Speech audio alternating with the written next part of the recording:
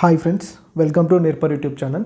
ఈరోజు మనం మన ఛానల్లో జనరల్ స్టడీస్లో పాలిటీలో laws before the making of Indian constitution గురించి డిస్కస్ చేసుకోబోతున్నాం. ఓకే, సో దీన్ని డీప్గా డిస్కస్ చేస్తే అంటే ఈ వర్డ్ని డీకోడ్ చేస్తే మనం laws before the making of Indian constitution అంటే మన రాజ్యాంగానికి రాయకముందు కొన్ని చట్టాలు చేశారన్నట్టు. ఓకే, ఆ చట్టాల గురించి మనం ఇప్పుడు తెలుసుకోబోతున్నాం. ఓకే, అసలు ఆ చట్టాలు ఎందుకు చేస్తారనేది ముందు మనకు తెలియాలి కదా. ఓకే, సో దానికోసం హిస్టారికల్లో ఒక చిన్న ఇంట్రడక్షన్ చూద్దాం. ఓకే, సో ఇక్కడ లండన్లో, సో లండన్ అంటే మనకు తెలుసు కదా, యునైటెడ్ కింగ్డమ్ లేదా ది గ్రేట్ బ్రిటన్ యొక్క capital city London. Okay, so ఇక్కడ లండన్లో ఏం జరిగిందంటే, సో 1600 సంవత్సరం డిసెంబర్ 31, ఈ 1600 సంవత్సరం డిసెంబర్ 31లో కొంతమంది వ్యాపారులు ఏం చేస్తారంటే ఈస్ట్ ఇండియా కంపెనీ అనే ఒక కంపెనీని స్థాపిస్తారు. ఓకే, ఈస్ట్ ఇండియా కంపెనీ, ఈ కంపెనీని మనం జాన్ కంపెనీ అని కూడా అంటాం. మీకు కావాలంటే రాసుకోండి, ఈస్ట్ ఇండియా కంపెనీనే జాన్ కంపెనీ అని కూడా అంటాం. ఈ ఈస్ట్ ఇండియా కంపెనీలోని ఎవరైతే స్థాపించారో ఈస్ట్ ఇండియా కంపెనీ వాళ్ళు, వీళ్ళు మేము ఇండియాకి వెళ్ళి వ్యాపారం చేస్తాం, ఓకే, బిజినెస్ చేస్తామని ఎవరి దగ్గర, British queen, okay, British queen దగ్గర పర్మిషన్ తీసుకుంటారు. బ్రిటిష్ క్వీన్ దగ్గర పర్మిషన్ తీసుకొని ఈస్ట్ ఇండియా కంపెనీ స్థాపించి మన ఇండియాకి వచ్చి వ్యాపారాన్ని మొదలు పెడతారు అన్నట్టు. ఓకే, సో అప్పుడు ఈ బ్రిటిష్ క్వీన్ ఎవరు అంటే queen Elizabeth I. Okay, so queen Elizabeth I లేదా మొదటి ఎలిజబెత్ అంటాం ఈమెనే. ఓకే, సో బ్రిటిష్ క్వీన్ ఈమె దగ్గర పర్మిషన్ తీసుకొని మన వాళ్ళు ఏం చేస్తారంటే ఇండియాకి వచ్చేస్తారు. ఇండియాకి వచ్చి వ్యాపార స్థావరాలను స్థాపించి వ్యాపారం చేస్తుంటారు అన్నట్టు. అయితే ఇప్పుడు ఏమైందంటే, ఇప్పుడు బ్రిటిష్ క్వీన్ దగ్గర వాళ్ళు పర్మిషన్ తీసుకురంటే, సో కంపల్సరీ అంటే ఒక గవర్నమెంట్ దగ్గర పర్మిషన్ తీసుకొని గవర్నమెంట్ సపోర్ట్తోని వీళ్ళు వ్యాపారం చేస్తారు. అంటే కంపల్సరీ ఏం చేయాలి, వీళ్ళు ట్యాక్స్ పే చేయాలి. ఓకే, సో వీళ్ళకి వచ్చిన డబ్బులతోని ట్యాక్స్ పే చేయాలి. ఓకే, సో వీళ్ళు జనరల్గా వీళ్ళ వ్యాపారం ఎట్లుంటుందంటే, సో ఇప్పుడు ఒక కంట్రీకి వచ్చారంటే మన ఇండియాకి వచ్చారు కదా. ఓకే, సో ఇండియాకి వచ్చిన వీళ్ళు ఏం చేస్తారు, ఇండియాలో ఉన్న రా మెటీరియల్ అంతా లండన్కి ఎక్స్పోర్ట్ చేస్తారంటూ. అక్కడ ఏం చేస్తారు, అక్కడ వాటితో వస్తువులు తయారు చేసి మళ్ళీ సేమ్ అవే తీసుకొచ్చి మన దగ్గర అమ్మేస్తారంట. ఓకే, సో దీన్నే మనం సామ్రాజ్యవాదం అంటారు. ఎందుకు అంటే లండన్లో ఇండస్ట్రియల్ రెవల్యూషన్ వచ్చినప్పుడు అక్కడ మిషనరీ ఉంది కానీ రా మెటీరియల్ లేదు. ఆ రా మెటీరియల్ని ఇట్లా మన ఇండియా కానీ మన ఇండియా చుట్టుపక్కల ఉన్న కంట్రీస్ దగ్గర నుంచి రా మెటీరియల్ తీసుకొని సో వాటి ద్వారా వ్యాపారం చేస్తున్నట్టు. ఆ వ్యాపారంలో ఏదైతే లాభాలు వస్తుందో వాటి ద్వారా బ్రిటన్ గవర్నమెంట్కి ట్యాక్స్ కట్టాలన్నట్టు. ఓకే, సో ఇది జరగాల్సింది ఇది. అయితే ఏమైందంటే, సో ఇప్పుడు 1600 కదా, అరౌండ్ 1600 నుంచి 1700 ఇయర్కి వచ్చేలోపు, ఓకే, సో ఒక 1700 1700 ఈ టైంకి వచ్చేలోపు ఏంటంటే, ఓకే, సో ఇక్కడ వరకు బాగానే ట్యాక్స్ కడుతున్నారు, అంతా బాగానే ఉంది. ఓకే, సో కానీ తర్వాత ఏం చేశారంటే వీళ్ళు ట్యాక్స్ పే చేయడం మానేశారంటూ. అంటే గవర్నమెంట్కి సరిగా ట్యాక్స్ పే చేయట్లేదు. గవర్నమెంట్ సరిగా ట్యాక్స్ పే చేయకపోగా, సో ఇదేంటిది, ఈస్ట్ ఇండియా కంపెనీ అనేది ఒక కంపెనీ కదా. ఓకే, సో కంపెనీ దాని కంపల్సరీ లావాదేవీలు ఉంటాయి. ఇప్పుడు ఫర్ ఎగ్జాంపుల్ మన ఇండియాలోనే తీసుకోండి, ఏదైనా కంపెనీ ఉందంటే దాని కంపల్సరీ రికార్డ్స్ మెయింటైన్ చేయాలి. ఓకే, సో రికార్డ్స్ మెయింటైన్ చేయడం, ఏవేవి ఇప్పుడు సేల్స్ కానీ ఏదైనా సరే ఒక బిజినెస్ కానీ ఒక కంపెనీ కానీ ఉంటే అన్నీ మెయింటైన్ చేయాలన్నట్టు. ఓకే, సో అలా మెయింటైన్ చేయకుండా ఈ కంపెనీల ఆఫీసర్స్ అందరూ ఏం చేస్తున్నారు, ఇప్పుడు ఈస్ట్ ఇండియా కంపెనీ ద్వారా వచ్చినంత కరప్షన్, ఓకే, సో కరప్షన్ చేయడం, ఇవన్నీ చేయడం, ట్యాక్స్ సరిగా పే చేయకపోవడం, ఇవన్నీ చేస్తున్నారు అన్నట్టు. ఓకే, సో ఇవన్నీ చేస్తున్నప్పుడు ఏం చేయాలి, ఇప్పుడు గవర్నమెంట్కి ట్యాక్స్ సరిగా పే చేయట్లేదు. ఓకే, పర్మిషన్ తీసుకొని వచ్చారు. సో వీళ్ళ కోసం గవర్నమెంట్ ఏం చేస్తుందంటే, సో ఈస్ట్ ఇండియా కంపెనీ అనేది ఏంటిది, బ్రిటన్కి సంబంధించిన కంపెనీయే కదా. సో వీళ్ళు ఎక్కడున్నారు, ఇప్పుడు మన ఇండియాలో ఉన్నారు అన్నట్టు. ఓకే, సో ఇండియాలో ఉన్న వీళ్ళ కోసం గవర్నమెంట్ ఏం చేస్తుంది, ఎప్పుడైనా సరే అప్పటి నుంచి ఇప్పటివరకైనా సరే ఏదైనా ప్రాబ్లం వస్తే ఫస్ట్ గవర్నమెంట్ ఏం చేస్తుంది, కమిటీ వేస్తుంది అన్నట్టు దాని మీద, అంతేనా. సో ఇక్కడ కూడా కమిటీ వేశారు. ఆ కమిటీకి హెడ్ ఎవరు అన్నట్టు, Lord North. Okay, so Lord North హెడ్గా ఒక కమిటీ వేస్తారు అన్నట్టు. ఈ లార్డ్ నార్త్ ఎవరంటే బ్రిటిష్ ప్రైమ్ మినిస్టర్. చాలా చాలా ఇంపార్టెంట్. లార్డ్ నార్త్ ఎవరంటే బ్రిటిష్ ప్రైమ్ మినిస్టర్. ఈ లార్డ్ నార్త్ను హెడ్గా ఒక కమిటీ వేస్తారు. ఓకే, ఈ కమిటీ ఏం చేస్తుందంటే బ్రిటిష్ పార్లమెంట్లో ఒక యాక్ట్, ఒక చట్టాన్ని ప్రవేశపెడుతుంది. ఆ చట్టమే regulating act of 1773. Okay, so very very important. So చూడండి దీని పేర్లోనే ఉంది రెగ్యులేటింగ్ యాక్ట్. సో ఎవరిని రెగ్యులేట్ చేస్తుంది? East India company. Okay, so regulating act of 1773. ఇదే బ్రిటిష్ గవర్నమెంట్ ఫస్ట్ మన ఇండియాలో వేసిన యాక్ట్ అని చేసిన చట్టం. మన ఇండియా కోసం చేసిన చట్టం ఏంటిది? Regulating act of 1773. గుర్తుపెట్టుకోండి, ఇది చాలా చాలా ఇంపార్టెంట్. ఓకే, సో పేరులోనే ఉంది కదా రెగ్యులేటింగ్. ఇది ఎవరిని రెగ్యులేట్ చేస్తుంది అంటే ఈస్ట్ ఇండియా కంపెనీని రెగ్యులేట్ చేస్తుంది. ఓకే, సో అందుకే దీన్ని ఏమంటారు అంటే, ఎందుకంటే ఫస్ట్ వేసిన చట్టం కాబట్టి దీన్ని ఏమంటారు అంటే ఫస్ట్ రిటర్న్ చార్టర్ అంటారు. ఓకే, సో భారతదేశానికి సంబంధించి ఫస్ట్ రిటర్న్ చార్టర్గా రెగ్యులేటింగ్ యాక్ట్ని పేర్కొంటారు. ఓకే, సో ఈ పాయింట్స్ అని ఇంపార్టెంటే. రెగ్యులేటింగ్ యాక్ట్ని ఏమంటారు? First return charter. ఇక్కడ చార్టర్ అంటే అర్థం ఏంటిదంటే పర్మిషన్. ఓకే, సో ఫస్ట్ వెళ్తారు కదా, వాళ్ళు చార్టర్ తీసుకొని వస్తారు అన్నట్టు. ఓకే, సో ఈ చట్టాల ద్వారా ఏం చేస్తారంటే గవర్నమెంట్ ఇప్పుడు ఈ రెగ్యులేటింగ్ యాక్ట్ వేసింది కదా, సో ఇక్కడ నుంచి ఎవ్రీ 20 years దాని యొక్క పర్మిషన్ అంటే 20 years వరకు లిమిట్ ఉంటుంది అన్నట్టు. ఓకే, సో ఇప్పుడు చూడండి, మనం ఏదైనా కంపెనీ యొక్క లైసెన్స్ కానీ ఏదైనా తీసుకున్నాం అనుకోండి, లేదా బైక్ రిజిస్ట్రేషన్ అనుకోండి, సో ప్రతి దానికి ఒక లిమిట్ ఉంటుంది. ఇది కూడా అంతే అన్నట్టు. ఓకే, సో వీళ్ళకి కూడా ఈ చట్టాల ద్వారా ఇప్పుడు నేను ఏదైతే చెప్పబోతున్నానో ఆ చట్టాల ద్వారా ఎవ్రీ 20 years ఈ ఈస్ట్ ఇండియా కంపెనీ యొక్క ఏమంటారు దాన్ని టైమింగ్ని ఒక 20 years పెంచుకుంటూ వెళ్ళిపోతారు అన్నట్టు. ఓకే, సో సో ఇది కూడా మీకు ఇంపార్టెంట్, ఎందుకంటే మీకు వచ్చేవన్నీ ఎవ్రీ 20 years గ్యాప్లో వస్తుంటాయి చట్టాలు, మళ్ళీ మీరు గుర్తుపెట్టుకోకుండా. ఓకే, సో అందులో రెగ్యులేటింగ్ యాక్ట్, వీటిని చార్టర్ చట్టాలు అని కూడా అంటారు. ఓకే, సో యాక్చువల్గా ఈ చార్టర్ చట్టాలు అనేవి ఎలా ఉన్నాయంటే, సో ఎప్పుడైతే ఇప్పుడు బ్రిటిష్ వాళ్ళు మన దగ్గరికి వచ్చిన తర్వాతకి, okay, so East India company కదా, సో ఈస్ట్ ఇండియా కంపెనీ ఎప్పటి వరకు ఉంటుంది అంటే 1857 వరకు ఉంటుంది. సో ఈ ఈస్ట్ ఇండియా కంపెనీ 1857 వరకు ఉంటుంది. ఈ 1857 తర్వాత ఈస్ట్ ఇండియా కంపెనీ అనేది రద్దయిపోతుంది. ఈస్ట్ ఇండియా కంపెనీ తీసేసి డైరెక్ట్ 1858 నుంచి డైరెక్ట్ క్వీన్ ఎలిజబెత్ కాదు, బ్రిటిష్ క్వీన్ ఎవరైతే ఉంటారో వాళ్ళ చేతుల్లోనే ఉంటుంది. ఓకే, సో బ్రిటిష్ చేతిలోకి వెళ్ళిపోతుంది మన ఇండియా మొత్తం. అక్కడి వరకు ఏంటంటే 1857 వరకు ఈస్ట్ ఇండియా కంపెనీ చేతిలో ఉంటుంది. ఓకే, అంటే ఈ చట్టాలు ఎక్కడి వరకు ఉంటాయి? 1857 వరకు ఉంటాయి అన్నట్టు. ఓకే, 1857 తర్వాత మళ్ళీ వేరే చట్టాలు వస్తాయి, వాటి గురించి కూడా చదువుకుందాం. ఫస్ట్ ఇవి 1857 వరకు ఇప్పుడు డిస్కస్ చేసుకుందాం. ఓకే, సో ఫస్ట్ ఇందులో ఏంటిదంటే రెగ్యులేటింగ్ యాక్ట్ ఆఫ్ 1773. సో ఇది మన భారతదేశంలో వేసిన మొట్టమొదటి చట్టం కాబట్టి దీన్ని first return charter in India అంటారు అన్నట్టు. ఓకే, సో ఎవరు వేశారంటే బ్రిటిష్ వాళ్ళు. సో దీన్ని రూపకల్పన చేసింది ఎవరంటే లార్డ్ నార్త్. ఓకే, సో అసలు ఏంటిది ఈ రెగ్యులేటింగ్ చట్టం ఏంటిది, ఇది ఈస్ట్ ఇండియా కంపెనీ ఏ విధంగా రెగ్యులేట్ చేస్తుందనే చూద్దాం.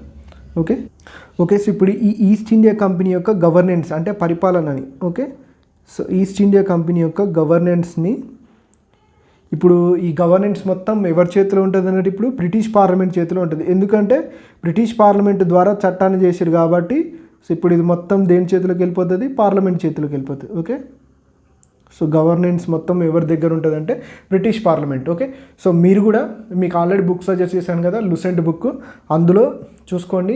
దాంతోపాటు ఈ పాయింట్స్ ఇట్లనే గుర్తుపెట్టుకోండి మీరు. ఓకే, సో ఏదైతే నేను పాయింట్ చెప్తున్నానో ఈ పాయింట్ అనేది మీకు ఉందనుకోండి, మ్యాక్సిమం పీడిఎఫ్ ఇవ్వడం ట్రై చేసేది. ఓకే, సో గవర్నెన్స్ ఎవరి చేతిలోకి వెళ్ళిపోయింది? బ్రిటిష్ పార్లమెంట్ చేతిలోకి వెళ్ళిపోయింది. ఓకే, సో ఇంతకు ముందుకు ఒక పోస్ట్ ఉండేది. ఏం పోస్ట్ అది? గవర్నర్ ఆఫ్ బెంగాల్ అనేటోళ్ళు మనం. ఓకే, సో 1757లో ప్లాసీ యుద్ధం జరుగుతుంది, మీకు ఐడియా ఉందని అనుకుంటున్నా. సో ప్లాసీ యుద్ధం ఉన్నప్పుడు మన గవర్నర్ ఆఫ్ బెంగాల్ లేదా బెంగాల్ గవర్నర్ ఎవరు అంటే రాబర్ట్ క్లైవ్. ఓకే, సో ఇప్పుడు ఈ గవర్నర్ ఆఫ్ బెంగాల్ పదవిని ఏం చేశారంటే గవర్నర్ జనరల్ ఆఫ్ బెంగాల్గా కన్వర్ట్ చేస్తారు అన్నట్టు. Okay, so governor general of Bengal. Okay, so ఇక్కడ ఏం చేశారు? సో పేరుని ఇంక్రీజ్ చేశారు కదా, గవర్నర్ ఆఫ్ బెంగాల్ని governor general of Bengal. So పేరు ఎట్లా ఇంక్రీజ్ అయిందో రెస్పాన్సిబిలిటీస్ కూడా ఇంక్రీజ్ అవుతాయి అన్నట్టు. ఓకే, అవేంటియో చూద్దాం. ఓకే, సో ఈ గవర్నర్ జనరల్ ఆఫ్ బెంగాల్ కింద షార్ట్కట్లో జీజీబీ అందాం. ఈ గవర్నర్ జనరల్ ఆఫ్ బెంగాల్ కిందనే సో రిమైనింగ్ అప్పుడు ప్రెసిడెన్సీస్ ఉండేవి, Bengal presidency, Madras presidency and Bombay presidency. ఈ గవర్నర్ జనరల్ ఆఫ్ బెంగాల్ కిందనే so Bombay presidency and Madras presidency కూడా ఉంటుంది అన్నట్టు. ఓకే,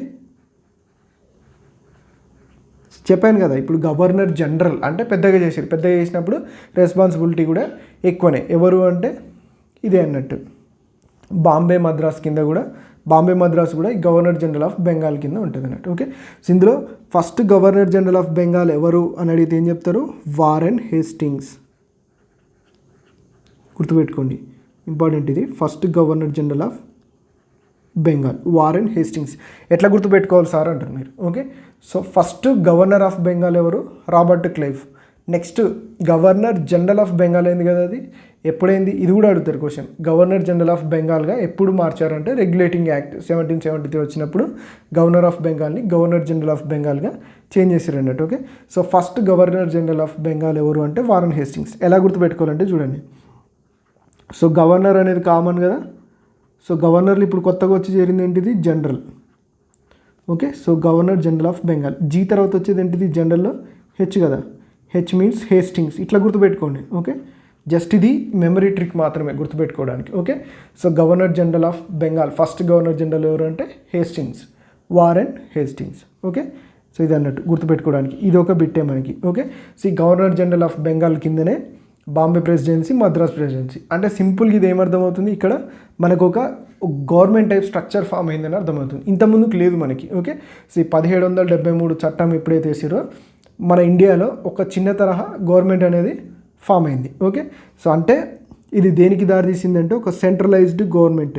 ఓకే, సో మన ఇండియాలో ఫస్ట్ ఒక సెంట్రలైజ్డ్ గవర్నమెంట్, దీన్నే కేంద్రీకృత పరిపాలన వ్యవస్థ అని కూడా అనొచ్చు. ఓకే, సో సెంట్రలైజ్డ్ అడ్మినిస్ట్రేషన్ లేదా ఒక గవర్నమెంట్ అనేది ఫామ్ అయింది కదా. ఎప్పుడు ఫామ్ అయింది అంటే రెగ్యులేటింగ్ యాక్ట్లో. ఎందువల్ల అంటే గవర్నర్ జనరల్ ఆఫ్ బెంగాల్ ఎవరిని అడ్మినిస్ట్రేట్ చేస్తుండు? బాంబేని, మద్రాస్ని చేస్తున్నాడు. కాబట్టి ఒక సెంట్రలైజ్డ్ గవర్నమెంట్ అనేది ఫామ్ అయింది అన్నట్టు. ఓకే, సో నెక్స్ట్ ఇప్పుడు ఈయన ఉన్నాడు కదా గవర్నర్ జనరల్. ఈ గవర్నర్ జనరల్కి హెల్ప్ చేయడానికి ఒక 4 మెంబర్స్తోని.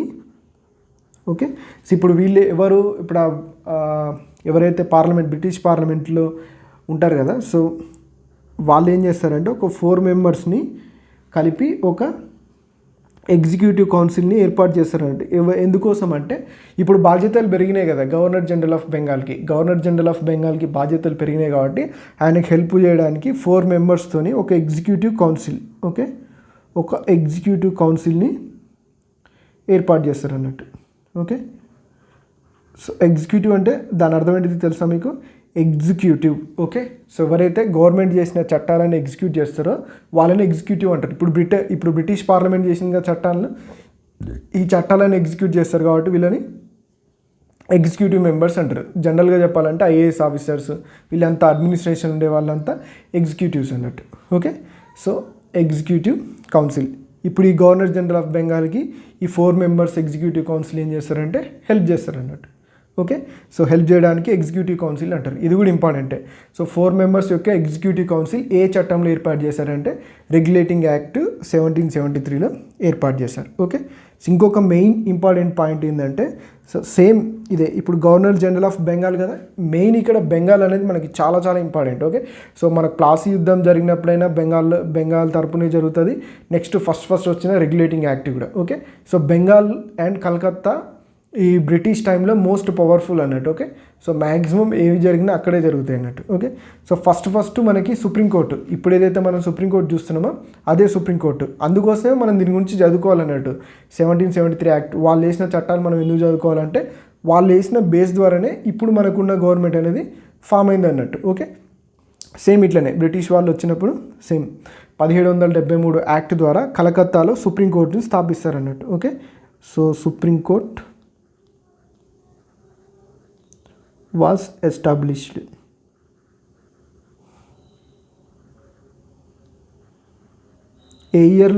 ఇయర్ కూడా చాలా ఇంపార్టెంట్. ఎప్పుడంటే 1774లో సుప్రీంకోర్టుని ఎక్కడంటే కలకత్తాలో స్టార్ట్ చేస్తారన్నట్టు. Okay, so 1774. ఓకే, సో కలకత్తాలో ఫోర్ట్ విలియం అనే ఒక కోట ఉంటుంది. ఆ ఫోర్ట్ విలియం కోటలో అన్నట్టు ఫోర్ట్ విలియం, ఈ కోట కోసమే ప్లాసీ యుద్ధం జరుగుతుంది. ఓకే, సో ఫోర్ట్ విలియం ఎక్కడ ఉందంటే కలకత్తాలో. ఇది కూడా ఒక బిట్టే. Okay, so fort William saint George కోట కూడా ఉంటుంది. ఓకే, సో అది ఐ థింక్ చెన్నైలో ఉంటుంది అనుకుంటా. అట్లా కలకత్తాలో ఫోర్ట్ విలియం ఉంటుంది. ఫోర్ట్ విలియంలో సుప్రీంకోర్టును మొదలు పెడతారు. ఈ సుప్రీంకోర్టు ఎట్లా అంటే దాని స్ట్రక్చర్ ఎట్లుంటుంది అంటే ఒక చీఫ్ జస్టిస్ ఉంటారు, 3 జడ్జీలు ఉంటారు. Okay, so 1 CJI chief justice ఉంటారు, 1 CJ ప్లస్ 3 జడ్జెస్ ఉంటారు. ఓకే, సో ఇది దీని ఏమంటారు స్ట్రక్చర్. ఓకే, కంపోజిషన్ అనొచ్చు ఎగ్జాక్ట్గా చెప్పాలంటే. ఈ 1 CJI నేమ్ ఏం పేరు అంటే ఎలిజా ఇంపే, సర్ ఎలిజా ఇంపే. ఫస్ట్ ఏమంటారు కలకత్తాలో ఏర్పడిన సుప్రీంకోర్టు యొక్క చీఫ్ జస్టిస్ ఎవరు అని కూడా క్వశ్చన్ అడగవచ్చు. ఎవరు అంటే sir Eliza ఇంపే. Okay, so important, ఇది నోట్ చేసుకోండి. రిమైనింగ్ 3 జడ్జెస్ నేమ్ కూడా ఉంది. ఒక ఆయన పేరు చాంబర్స్, ఇంకొక ఆయన పేరు లైమెన్స్టర్, ఇంకొక ఆయన పేరు హైడ్. ఓకే, డిఫరెంట్గా ఉన్నాయి పేర్స్, అది అవసరం లేదు. మెయిన్ ఇదైతే కంపల్సరీ ఇంపార్టెంట్, ఎలిజా ఇంపే. ఓకే, అడిగే ఛాన్స్ ఉంది. మొట్టమొదటి సుప్రీంకోర్టు ఏ ఇయర్లో అంటే 1774, అంటే 1773 చట్టంలో వచ్చింది. 1774లో కలకత్తాలోని ఫోర్ట్ విలియంలో ఏర్పాటు చేశారన్నట్టు. దాని యొక్క ఫస్ట్ చీఫ్ జస్టిస్ ఎవరంటే ఎలిజా ఇంపే. దీని కంపోజిషన్ ఎలా ఉంటుందంటే ఒక చీఫ్ జస్టిస్, ముగ్గురు జడ్జిలు ఉంటారు అన్నట్టు. ఓకే, సో వీటితో పాటు బ్రిటిష్ గవర్నమెంట్ ఏం చేసిందంటే ఈ కంపెనీ యొక్క ఈస్ట్ ఇండియా కంపెనీ ఉంది కదా, సో ఈస్ట్ ఇండియా కంపెనీ యొక్క ఇతర వ్యవహారాలు అయినటువంటి ఓకే ఇంకేమున్నాయి, రెవెన్యూకి సంబంధించిన, next civil services. Okay, so civil అంటే పౌర సేవలు అన్నట్టు, అండ్ డిఫెన్స్ లేదా ఆర్మీ. ఈ ఆర్మీకి సంబంధించినవన్నీ మెయింటైన్ చేయడానికి ఏం చేసిందంటే ఓకే, సో ఏమంటారు దీన్ని, కోర్ట్ ఆఫ్ డైరెక్టర్స్ని అపాయింట్ చేస్తుంది అన్నట్టు. సో ఈ కోర్ట్ ఆఫ్ డైరెక్టర్స్ ఏం చేస్తారంటే ఈ మ్యాటర్స్కి సంబంధించి మొత్తం టోటల్లీ డైరెక్ట్ బ్రిటిష్ గవర్నమెంట్కి రిపోర్ట్ చేస్తారు అన్నట్టు.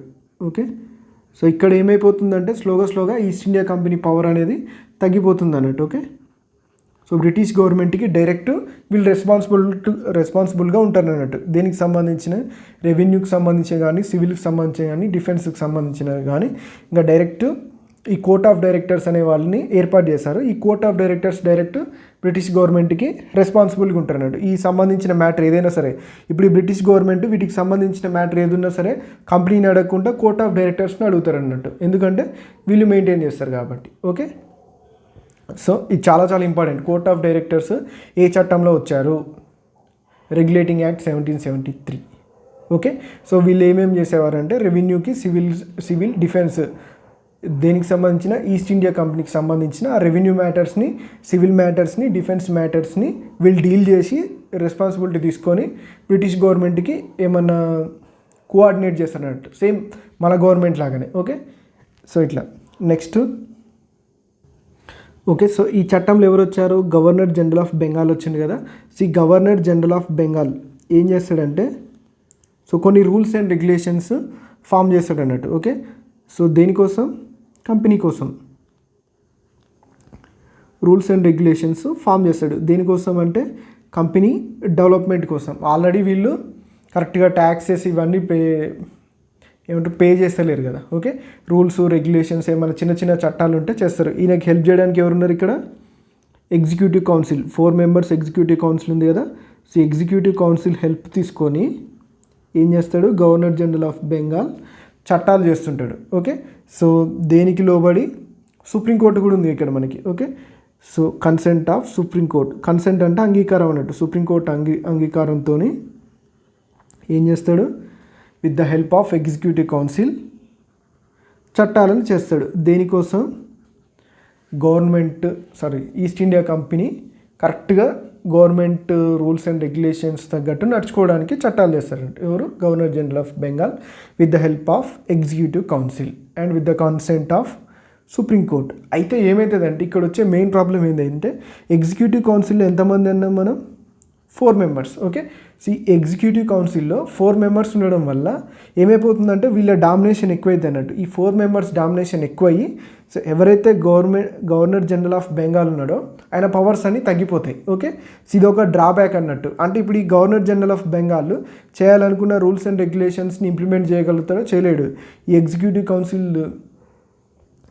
నడుస్తుంది అన్నట్టు ఇక్కడ. ఓకే, సో డామినెన్స్ ఎక్కువైతుంది కాబట్టి సో ఏమైందంటే ఈ ఒక్కటనే కాదు ఇంకా చాలా విషయాల వల్ల ఏమైందంటే ఈ చట్టం అనేది ఫెయిల్ అయింది. ఓకే, రెగ్యులేటింగ్ యాక్ట్ 1773 అనేది అనుకున్నంత ఫలితాలని సాధించలేదు. ఎందుకు అంటే వన్ ఆఫ్ ది రీజన్ ఇది ఎగ్జిక్యూటివ్ కౌన్సిల్ వల్ల.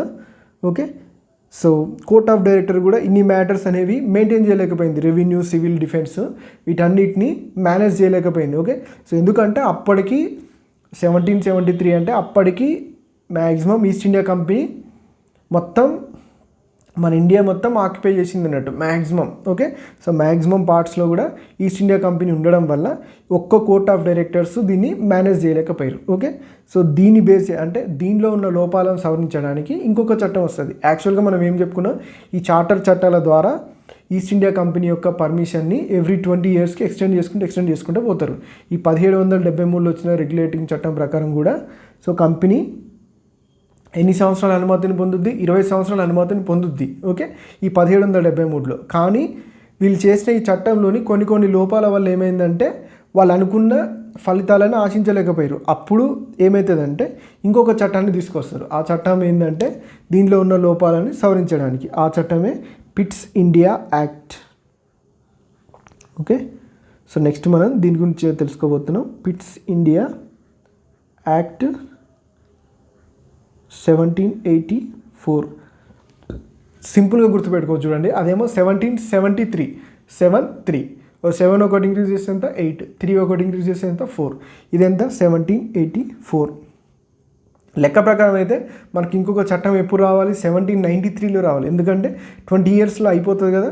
సో దాన్ని ఎక్స్టెండ్ చేయడానికి ఇంకొక చట్టం కావాలి కాబట్టి 1793లో రావాలి. ఇప్పుడు కూడా అంతే సేమ్. ఇప్పుడు మనకి ఏదైనా జీవో ఇచ్చారనుకోండి, జీవో కానీ ఏదైనా యాక్ట్ కానీ చేశారనుకోండి, వాటికి ఎక్స్పైరీ డేట్ ఉంటుంది కంపల్సరీ. ఓకే, సో మీరు చూడండి అది ఎక్స్పైరీ అయిపోయిన తర్వాత మళ్ళీ ఇంకొక చట్టం చేస్తుంటారు అదే విషయం మీద.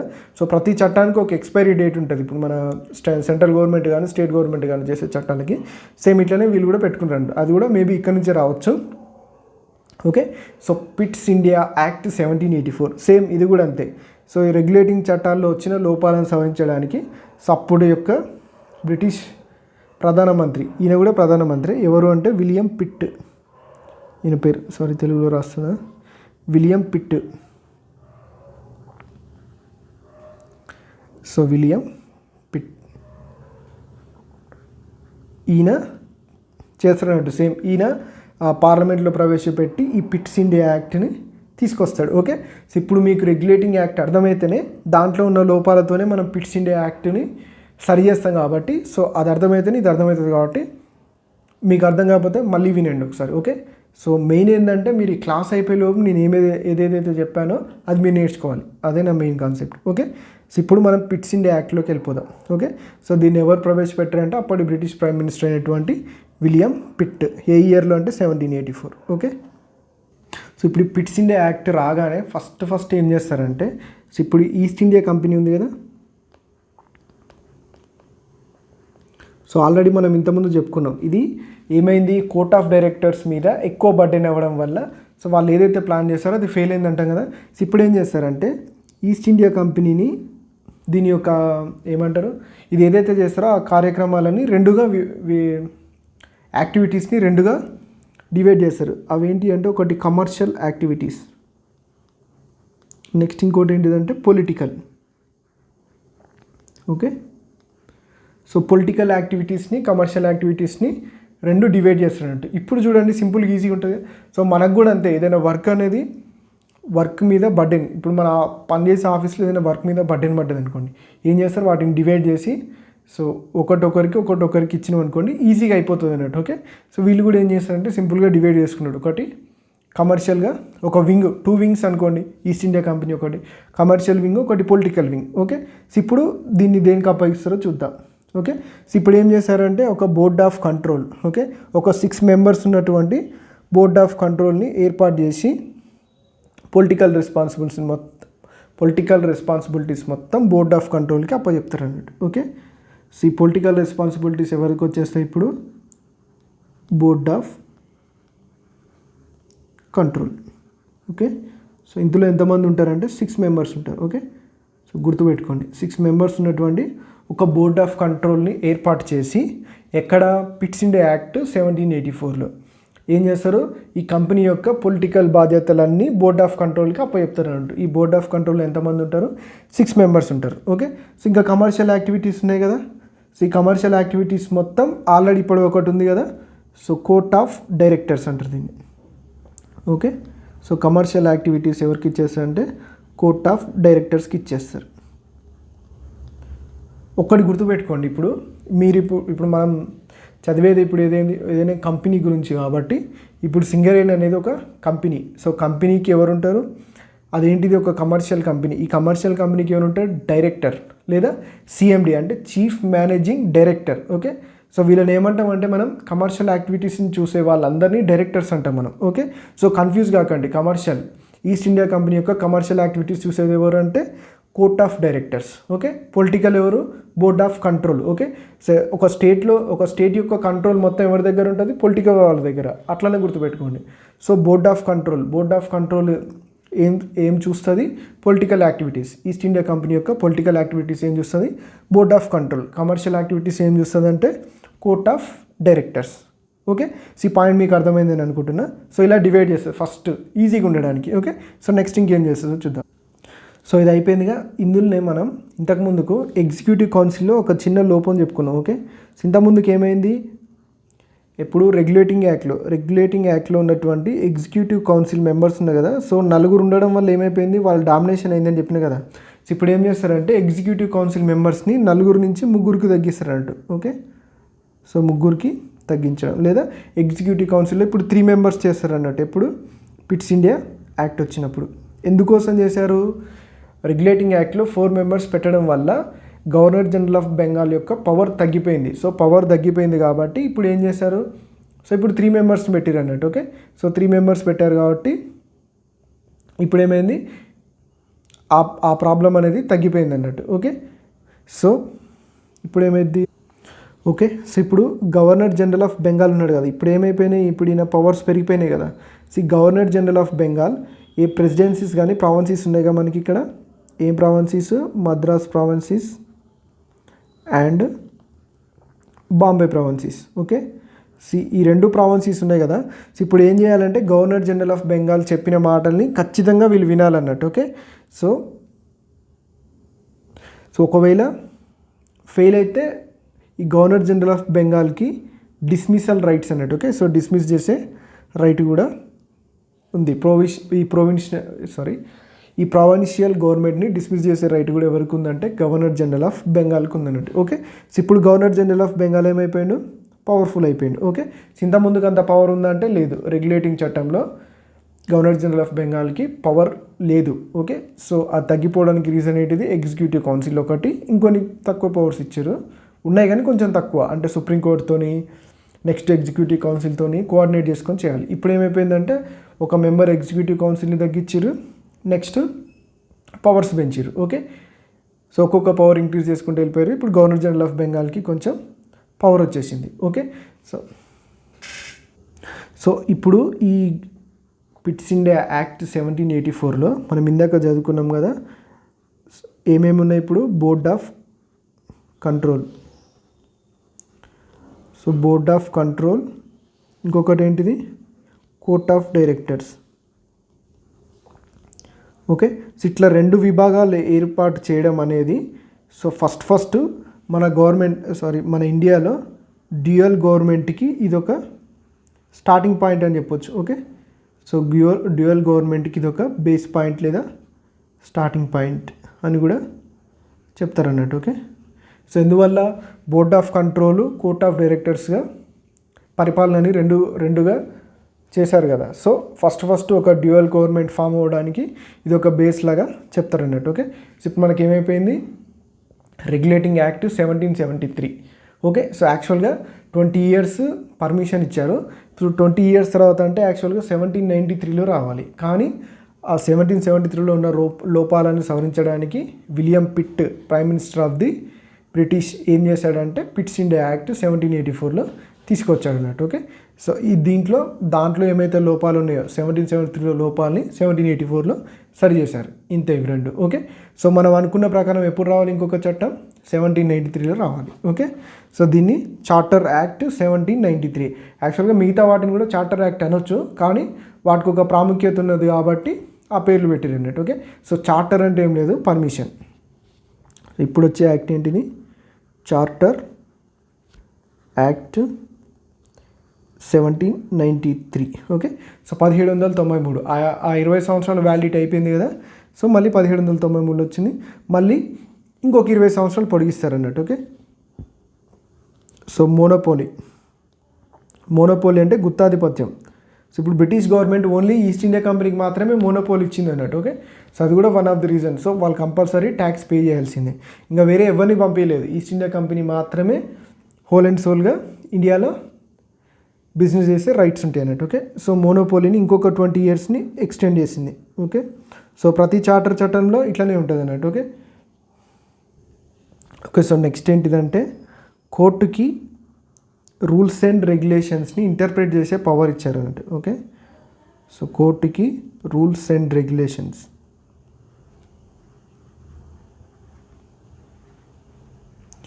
ఇంటర్ప్రిట్ చేసే పవర్ ఇచ్చారు. ఓకే, సో దీన్ని బట్టి మీకు ఏమర్థం అవుతుంది, జనరల్గా ఆలోచించండి. ఇప్పుడు కూడా మనకిప్పుడు రాజ్యాంగంలో కానీ లేదా గవర్నమెంట్ చేసిన ఏదైనా చట్టంలో కానీ ఎవరికైనా అన్యాయం జరిగితే వాళ్ళు కోర్టుకు పోతే సో కంపల్సరీ కోర్టు ఏం చేస్తుందంటే ఆ రూల్స్ అండ్ రెగ్యులేషన్స్ని ఇంటర్ప్రిట్ చేస్తుంది. ఓకే, ప్రస్తుతం మన కోర్టులో ఉన్నది పాయింట్ ఇది. ఓకే, సో అప్పుడు ఎప్పుడు ఇచ్చారు దాన్ని, సేమ్ 1793లో. మనకు 1773లో సుప్రీంకోర్టు ఏర్పడ్డది కదా. సో 1793లో మనం ఆల్రెడీ 1773 అప్పుడు చెప్పుకున్నాం. ఎవరు, governor general of Bengal supreme court and executive members యొక్క కన్సెంట్తోని చిన్న చిన్న రూల్స్ అండ్ రెగ్యులేషన్స్ అనేవి తయారు చేశాడు. ఎందుకోసం, ఈస్ట్ ఇండియా కంపెనీని కరెక్ట్గా నడపడం కోసం. సో ఆ రూల్స్ అండ్ రెగ్యులేషన్స్ని ఎక్కడ ఇంటర్ప్రిట్ చేయడానికి ఎక్కడ పవర్ ఇచ్చారంటే చార్టర్ యాక్ట్ 1793లో ఈ రూల్స్ అండ్ రెగ్యులేషన్స్ని ఇంటర్ప్రిట్ చేయడానికి సుప్రీంకోర్టుకి పర్మిషన్ ఇచ్చారు అన్నట్టు. ఓకే, పర్మిషన్ లేదా పవర్ ఇచ్చారు అన్నట్టు. ఓకే, సో నెక్స్ట్, సో ఇప్పుడు ఇందాక మనం బోర్డ్ ఆఫ్ కంట్రోల్ అని చెప్పుకున్నాం కదా. సో బోర్డ్ ఆఫ్ కంట్రోల్, ఈ బోర్డ్ ఆఫ్ కంట్రోల్ ఏం చేస్తారు, ఓకే, సో కంపెనీ యొక్క పొలిటికల్ యాక్టివిటీస్ మొత్తం చూస్తారు అన్నట్టు. ఓకే, సో ఈ బోర్డ్ ఆఫ్ కంట్రోల్ యొక్క శాలరీస్ ఇంతకుముందు ఏం చేసేదంటే బ్రిటిష్ గవర్నమెంటే పెట్టింది కాబట్టి బ్రిటిష్ గవర్నమెంటే శాలరీస్ ఇచ్చేది. ఓకే, సో ఇప్పుడు ఈ 1793 యాక్ట్ ప్రకారం ఈ బోర్డ్ ఆఫ్ కంట్రోల్ శాలరీస్ కూడా మన ఇండియా నుంచి వచ్చిన రెవెన్యూస్ నుంచి ఇవ్వడం స్టార్ట్ చేశారు. ఎప్పటి నుంచి, 1793 నుంచి. ఓకే, సో మన ఇండియన్ రెవెన్యూ, ఓకే, ఇండియాలో జనరేట్ అయిన రెవెన్యూ నుంచి ఇవ్వడం స్టార్ట్ చేశారు. ఎప్పుడు, చార్టర్ యాక్ట్ 1793 నుంచి. ఓకే, సో నెక్స్ట్ ఈ బోర్డ్ ఆఫ్ కంట్రోల్ యొక్క సెక్రటరీ. ఓకే, సో సెక్రటరీ అంటే కార్యదర్శి, ఏమేమన్నా సెక్రటరీ అంటే ఈ సెక్రటరీని పార్లమెంట్లో కూర్చోవడానికి అనుమతించారు అన్నట్టు. ఏ parliament, British parliament. Okay, so పార్లమెంట్లో కూర్చోవడానికి అనుమతి. ఓకే, సో సెక్రటరీకి ఎందులో పార్లమెంట్లో అనుమతి ఇచ్చారు అన్నట్టు. ఓకే, సో ఇది బోర్డ్ ఆఫ్ కంట్రోల్ సంబంధించి అండ్ చార్టర్ యాక్ట్ 1793. ఇప్పుడు ఏమైంది, మళ్ళీ ఇంకొక 20 ఇయర్స్ అయిపోయింది. 20 ఇయర్స్ అయిపోతే ఇంకొక చార్టర్ యాక్ట్ వస్తుంది కదా, ఇంకొక చార్టర్ యాక్ట్ వచ్చింది. ఆ చార్టర్ యాక్టే 1793కి 20 యాడ్ చేయండి, 1813. ఓకే, సో ఎక్కువ కష్టపడకండి గుర్తుపెట్టుకోవడానికి. ఫస్ట్ 1773, నెక్స్ట్ 1784, తర్వాత 1793, తర్వాత 1813. Okay, okay, so charter act 1813లో so the main important point ఇందాక నేను చెప్పాను కదా, మోనోపోలీ, ఈస్ట్ ఇండియా కంపెనీకి మోనోపోలీ పవర్స్ ఇస్తారు. ఎప్పుడు ఇచ్చారు, స్టార్టింగ్ నుంచి ఇస్తారంటూ. ఈ 1813 చార్టర్ యాక్ట్లో ఈ ఈస్ట్ ఇండియా కంపెనీ యొక్క మోనోపోలీ రైట్స్ అనేవి రద్దవుతాయి అన్నట్టు. Okay, so East India company యొక్క ట్రేడ్ మోనోపోలీని క్యాన్సిల్ చేస్తారు. సో మోనోపోలీ క్యాన్సిల్ చేస్తారంటే దాని అర్థం ఏంటిది, ఇప్పుడు ఎవరైనా వ్యాపారం చేసుకోవచ్చు. ఇంతకుముందు గుత్తాధిపత్యం అన్నట్టు. Okay, so only east India company వాళ్ళే చేయాలి. ఓకే, సో ఇప్పుడు ఏంది, ఎవరు పడితే వాళ్ళు ఇండియాలో వ్యాపారం చేసుకోవచ్చు అన్నట్టు. ఓకే, సో ఇప్పుడు అందరికీ పర్మిషన్ ఇచ్చారు కదా. సో అందరికి పర్మిషన్ ఇచ్చి, సో ఇప్పుడు వీటితో పాటు ఇప్పుడు ఈస్ట్ ఇండియా కంపెనీ ట్రేడ్ మోనోపాల్ ఏమైపోయింది, రద్దయిపోయింది కదా. సో రద్దయిన దీన్ని ఏం చేశారంటే ఓన్లీ పరిపాలన కోసం, ఓకే, సో ఓన్లీ అడ్మినిస్ట్రేషన్ కోసం మాత్రమే ఈ కంపెనీని యూజ్ చేస్తారు. సో చూడండి, చిన్నగా ఈస్ట్ ఇండియా కంపెనీ స్టార్ట్ అయ్యి ఆ కంపెనీ అనేది ఒక అడ్మినిస్ట్రేటర్గా వచ్చేసింది అన్నట్టు. అడ్మినిస్ట్రేషన్ అంటే సో పరిపాలించే దగ్గరికి వచ్చేసింది, వ్యాపారం దగ్గర నుంచి పరిపాలన దాకా వచ్చింది. ఈ పాయింట్ని గుర్తుపెట్టుకోండి. ఎక్కడ వచ్చిందంటే చార్టర్ యాక్ట్ 1813 1813లో దాని వ్యాపార కార్యకలాపాలన్నింటినీ రద్దు చేసి సో దీనికి పరిపాలన కోసం పెట్టారన్నట్టు. ఓకే, సో పరిపాలన దగ్గరికి వచ్చేసింది దీని పరిస్థితి. ఇప్పుడు ఇదే టైంలో చార్టర్ యాక్ట్ 1813లో Christian missionaries, okay, so Christian మిషనరీస్కి పర్మిషన్ ఇచ్చారు. సో ఇక్కడి నుంచి ఏమైపోయింది,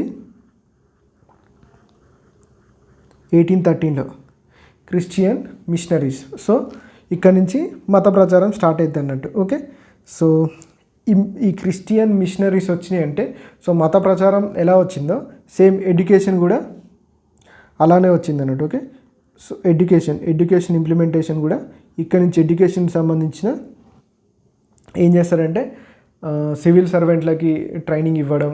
ఓకే, సో నెక్స్ట్ ఎడ్యుకేషన్ సంబంధించి ఒక ఫండ్ క్రియేట్ చేస్తాడు. Okay, so ₹1,00,000. ఓకే, ఇది 2 పాయింట్స్.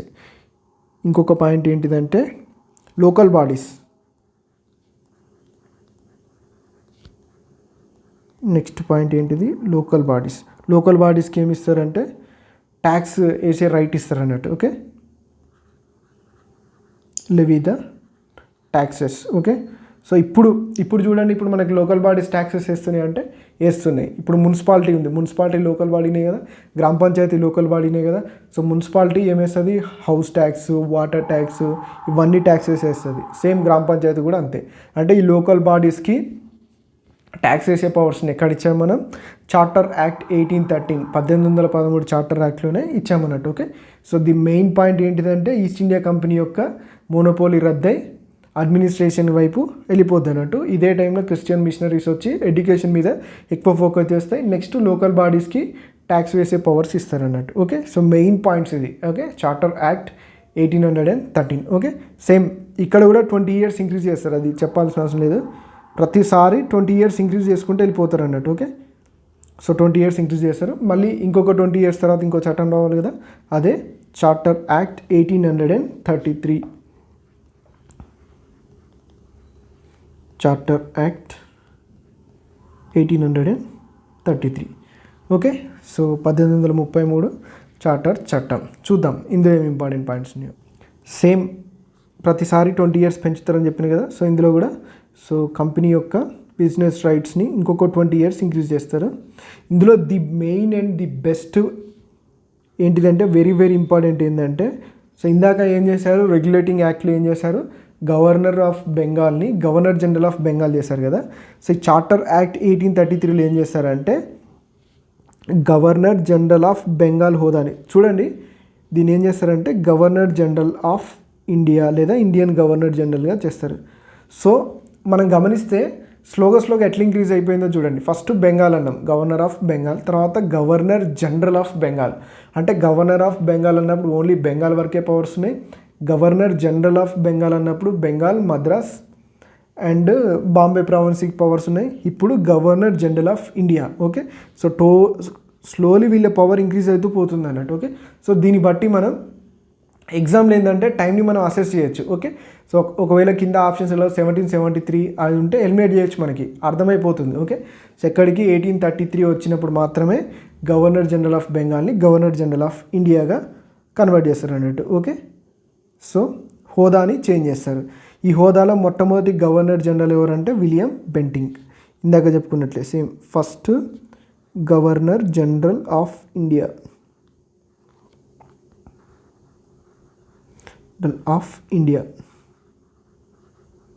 ఎవరు అంటే విలియం బెంటింగ్.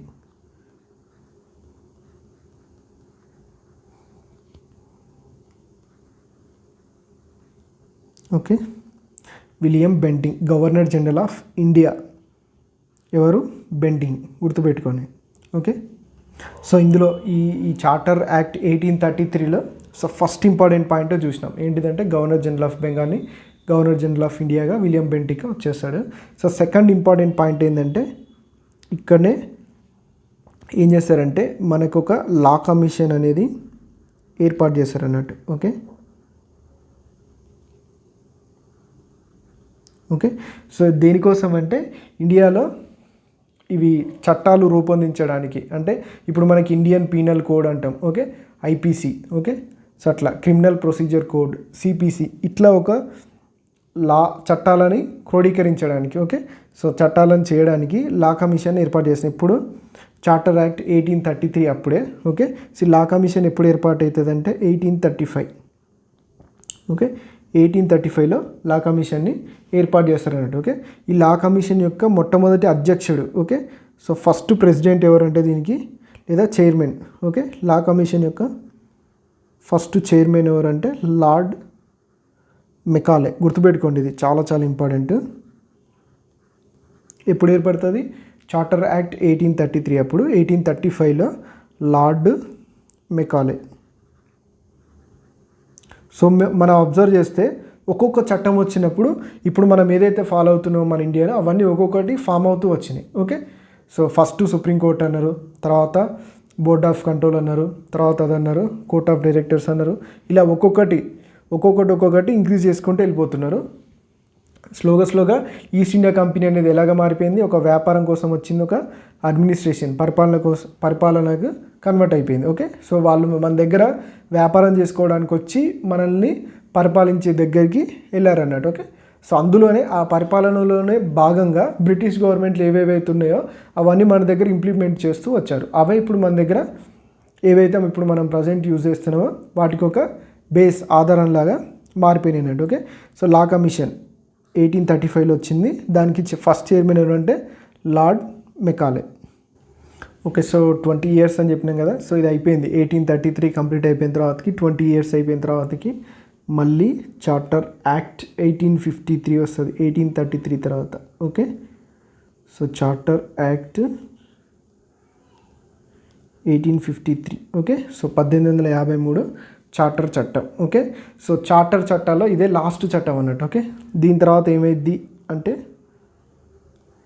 చెప్పండి, గెస్ చేయండి చూద్దాం. లాస్ట్ చార్టర్ యాక్ట్ అంటాం దీన్ని. Okay, so last charter act and అతి తక్కువ కాలం అన్నట్టు. ఓకే, సో లీస్ట్ టైం అమల్లో ఉన్న చట్టం ఏంటంటే ఇదే. ఓకే, ఎందుకోసం అంటే 1857లో సిపాయిల తిరుగుబాటు వస్తుంది, మీకు ఐడియా ఉండే ఉంటుంది. సిపాయి మ్యూటినీ అంటాం మనం, ఓకే, ఇంగ్లీష్లో. ఈ సిపాయి మ్యూటినీ వచ్చినప్పుడు ఏమైందంటే డైరెక్ట్ బ్రిటిష్ క్వీన్ అనేది హ్యాండ్ ఓవర్ చేసుకుంటుంది మన ఇండియన్ అడ్మినిస్ట్రేషన్. ఓకే, సో 1858లో మనకి అక్కడి నుంచి గవర్నమెంట్ ఆఫ్ ఇండియా యాక్ట్స్ అనేవి రావడం జరుగుతాయి. ఓకే, సో అక్కడి నుంచి గవర్నమెంట్ ఇండియా అనేది బ్రిటిష్ వాళ్ళ చేతిలో కంప్లీట్గా వచ్చేస్తుంది అన్నట్టు. ఓకే, ఇప్పటివరకు ఏంటంటే ఈస్ట్ ఇండియా కంపెనీ చేతుల్లోనే ఉంటుంది 1857 వరకు. ఓకే, సో దేన్ని ఈ సిపాయి తిరుగుబాటుని లోపంగా చూపించి ఏం చేస్తారంటే వాళ్ళది తీసేసుకుంటారు అన్నట్టు. ఎవరు?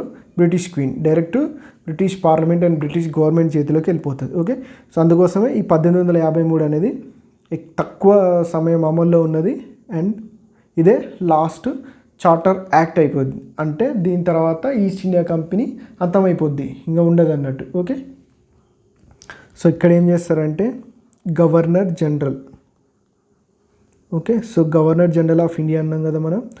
ఈ గవర్నర్ జనరల్ ఆఫ్ ఇండియా, ఈ గవర్నర్ జనరల్ ఆఫ్ ఇండియా యొక్క ఏమంటారు, ఈయన యొక్క బాధ్యతలను లేదా ఈయన యొక్క కౌన్సిల్ని రెండుగా డివైడ్ చేస్తారంట. ఒకటి ఏంటిదంటే లెజిస్లేటివ్ అంటే చట్టాలు చేయడం, మన అసెంబ్లీ కానీ పార్లమెంట్ కానీ ఉంది కదా, లెజిస్లేటివ్.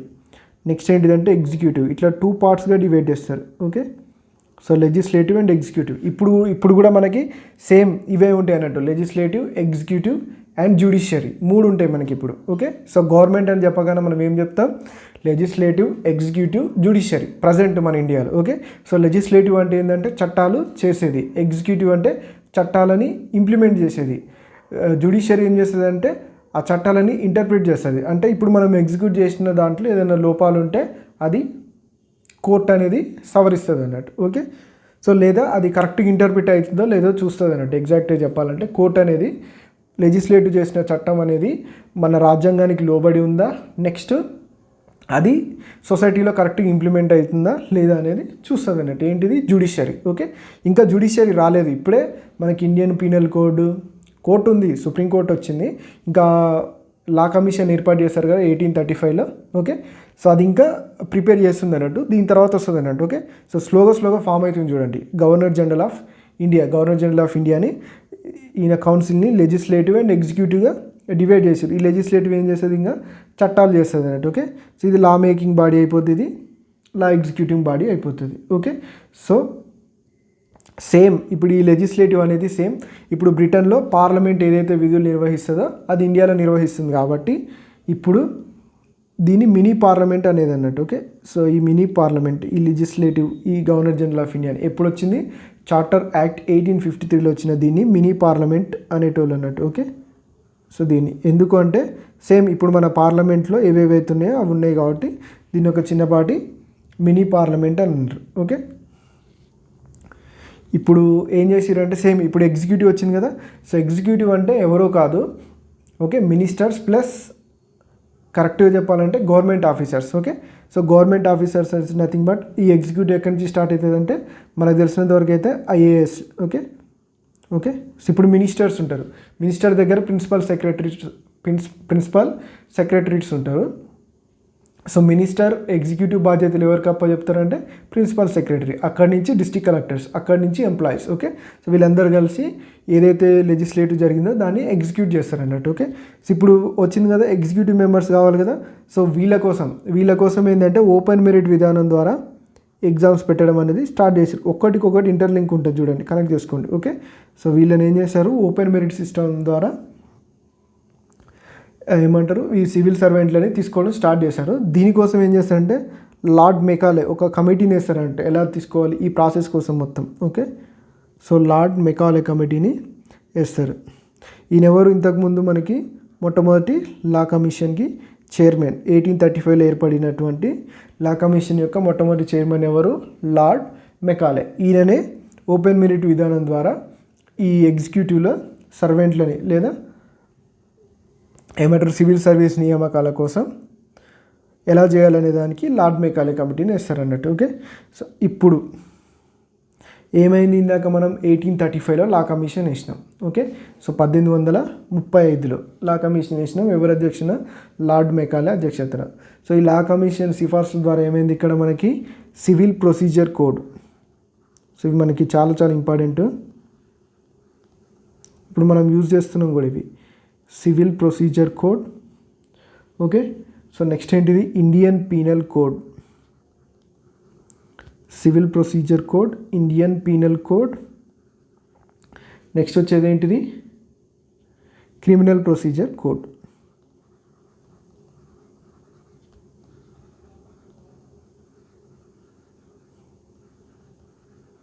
సో ఇవి అన్నట్టు ఇవి తీసుకురావడం జరిగింది. ఎవరు అంటే లా కమిషన్. ఇది ఎప్పుడు వచ్చిందంటే 1859, ఇది 1860, ఇది ఎప్పుడు వచ్చిందంటే 1861. ఓకే, సో ఇవి ఎలా గుర్తుపెట్టుకోవాలో చూద్దాం. Civil procedure code, Indian penal code and criminal procedure code. Okay, civil అంటే ఏంటి అంటే చిన్న ఇప్పుడు సివిల్ అంటే ఎగ్జాక్ట్గా చెప్పాలంటే ఈ భూ తగాదాలు, ల్యాండ్కి సంబంధించినవి, రైట్స్కి సంబంధించినవి, వాటన్నిటిని సివిల్ అంటారు. ఓకే, సో క్రిమినల్ అంటే కొట్టుకోవడం, ఫిజికల్ హ్యాండ్లింగ్ ఉంటుంది కదా, ఇది క్రిమినల్ అంటారు. Okay, so Indian penal code. Okay, ఏమంటారు భారత శిక్షా స్మృతి సెక్షన్స్ అని చెప్తారు కదా మనకి, అవే అన్నట్టు. ఓకే, సివి 3 ఫస్ట్ ఏమొచ్చింది? Civil procedure code. ఓకే, ఇక్కడ సివిల్ అంటే ఎవరు అంటే ఫస్ట్ పర్సన్ ఇంపార్టెంట్ కదా. సివిల్ అంటే ఎవరు అంటే మనం పౌరులు. Civil procedure code. Okay, so first ఎవరు ఉండాలి? పౌరుడు ఉండాలి. నెక్స్ట్ ఏంటిదంటే country, Indian penal code. Third ఏంటిదంటే criminal. Okay, so criminal procedure code అలా గుర్తుపెట్టుకోండి. ఫస్ట్ సివిల్ ప్రొసీజర్ కోడ్ ఏంటిది? 1859, Indian penal code 1860, criminal procedure code 1861. లాస్ట్లో క్రిమినల్, ఫస్ట్లో సివిల్ అని గుర్తుపెట్టుకోండి. మధ్యలో ఇది 1859, 1860, 1861 ఇయర్స్ గుర్తుపెట్టుకుంటే సరిపోతుంది. ఇది ఇక్కడ వరకు మనం 1773 నుంచి 1857 వరకు ఏవేవైతే చట్టాలు వేసారో అవి చూసినాం. నెక్స్ట్ 1858 నుంచి 1947 మనకు స్వాతంత్రం వచ్చేంత వరకు ఏ చట్టాలు వచ్చినాయి, ఆ చట్టాల వల్ల ఏ మార్పు వచ్చిందనేది సేమ్ ఇలానే చూద్దాం. ఓకే, సో మ్యాక్సిమం ఈ క్లాస్ మీకు అర్థమైందని అనుకుంటున్నా. నా మెయిన్ ఉద్దేశం ఏంటంటే మీరు క్లాస్లోనే నేర్చుకోవాలి. ఓకే, కొంచెం అటు ఇటు ఉన్న నా మెయిన్ ఇంటెన్షన్ అది. ఓకే, సో కొంచెం స్లోగా చెప్పినా, డబల్ సార్ చెప్పినా, తడబడుతూ చెప్పినా కూడా మెయిన్ ఇంటెన్షన్ అదే. సో 1773 నుంచి ఎప్పుడైతే రెగ్యులేటింగ్ చట్టం వేశారో 1857 సిపాయిల తిరుగుబాటు అంటే లాస్ట్ ఏంటిది 1853 వరకు ఆ చట్టాల వల్ల మన ఇండియా మీద ఎలాంటి ఇంపాక్ట్ వచ్చింది అనేది మనం చూసినాం. అలానే చూడండి, మీరు వేరేలాగా చూస్తే గుర్తుండదు అది. ఇప్పుడు మనం ప్రజెంట్ ఏమైతే మన గవర్నమెంట్లో వాడుకలు ఉన్నాయో రోజు మనం వింటున్నామో అది అలా వచ్చినాయి అన్నట్టు. ఓకే, సో నెక్స్ట్ కూడా అలానే ఫామ్ అయ్యి వాటిని బేస్ చేసుకొని మనం వాటన్నిటిని కాన్స్టిట్యూషన్లో పెట్టుకుంటాం. అదే కాన్స్టిట్యూషన్ ఇప్పుడు ఫాలో అవుతున్నాం మనం. ఓకే, సో అదే. Thanks for watching. ఈ వీడియో మీకు నచ్చింది అనుకుంటున్నా. సో ప్లే స్టోర్లో మన యాప్ ఉంటుంది కదా, డౌన్లోడ్ చేసుకోండి. నేర్పరి TSPSC APPSC. సో మ్యాక్సిమం ఈ మధ్యకాలంలో జరిగే అన్ని కాంపిటేటివ్ ఎగ్జామ్స్కి సంబంధించి క్లాసెస్ చేయడం జరుగుతుంది. ఓకే, సో మన క్లాసెస్ అన్నీ ఇట్లనే ఉంటాయి. మ్యాక్సిమం మీరు క్లాస్ వింటేనే నేర్చుకోవాలి అనే విధంగా ఉంటాయి. Okay, so thank you and all the best for your exams.